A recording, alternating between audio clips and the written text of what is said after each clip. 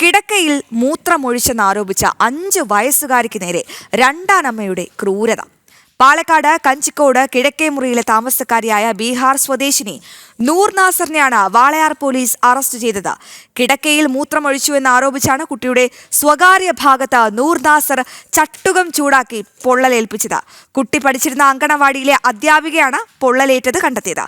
വിവരങ്ങൾ നൽകാൻ അരുൺ ആലത്തൂർ ചേരുന്നുണ്ട്. അരുൺ, ക്രൂരത എന്ന് വിശേഷിപ്പിച്ചാൽ പോരാ, കൊടും ക്രൂരത. ആരാണ് ഈ ക്രൂരയായ രണ്ടാനമ്മ? എന്തിനാണ് ഈ കൊടും ചതി ആ കുട്ടിയോട് ചെയ്തത്?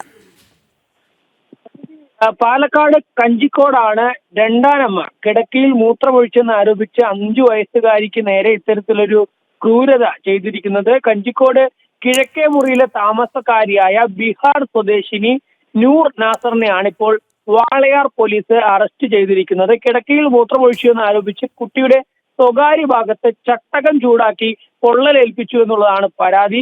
ഈ കഴിഞ്ഞ 2-ാം തീയതിയാണ് ഇത്തരത്തിലൊരു സംഭവം ഉണ്ടായിരിക്കുന്നത്. കുട്ടി പഠിച്ചിരുന്ന അങ്കണവാടിയിലെ അധ്യാപികയാണ് പൊള്ളലേറ്റ സംഭവം കണ്ടെത്തിയത്.